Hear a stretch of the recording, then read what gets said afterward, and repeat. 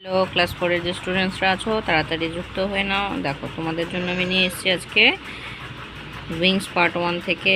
আজকে আমরা অ্যাক্টিভিটি নিয়ে আলোচনা করব লেসন 1-এ। তো চলো শুরু করি।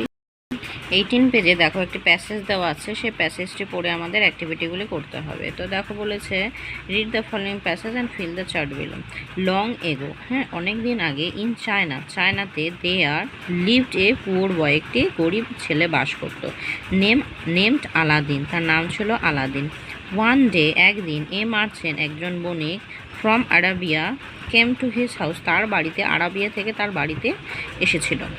দ্য মার্চেন্ট ওয়াজ অ্যাকচুয়ালি, হ্যাঁ সেই যে বণিক ছিল সেই বণিকটি আসলে ছিল এ ম্যাজিশিয়ান, একজন জাদুকর, হ্যাঁ who had a magic lamp, তার কাছে ছিল একটি জাদু বাতি।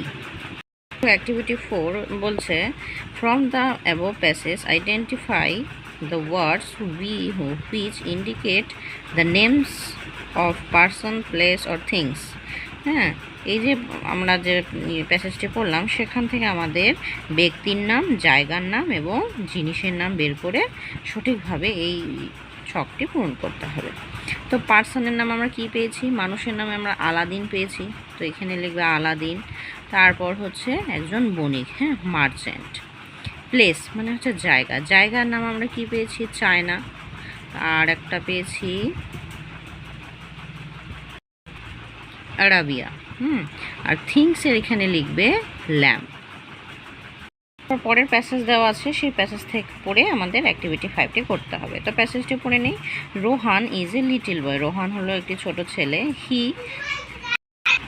হি লিভস ইন কালিম্পং, সে কালিম্পংয়ে বাস করে।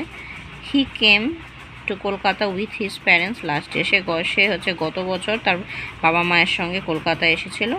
হি visited the Victoria Memorial Hall in Kolkata, সে কলকাতায় ভিক্টোরিয়া মেমোরিয়াল হল দেখেছিল। He also saw the Hooghly river, সে আরও দেখেছিল হুগলি নদী। He met his friend Pritam in Kolkata, আর কি করেছিল? সে তার বন্ধুর সাথে কলকাতায়, তার বন্ধু প্রীতমের সাথে কলকাতায় দেখা করেছিল।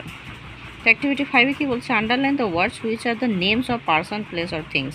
হ্যাঁ ব্যক্তি বা জায়গা বা বস্তুর নাম হলে সেখানে আমাদের আন্ডারলাইন করতে হবে। তো 1 নম্বর হচ্ছে Rohan is a boy, Rohan হচ্ছে একটি নাম, তো রোহানে আন্ডারলাইন হবে।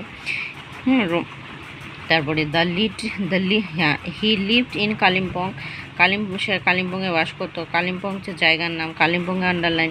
হি came to see Victoria Memorial Hall in Kolkata, সে ভিক্টোরিয়া মেমোরিয়াল কলকাতা ভিক্টোরিয়া মেমোরিয়ালে দেখেছিল। হ্যাঁ তো ভিক্টোরিয়া মেমোরিয়াল হল দাগ হবে এবং কলকাতা, এই দুটি হচ্ছে জায়গার নাম।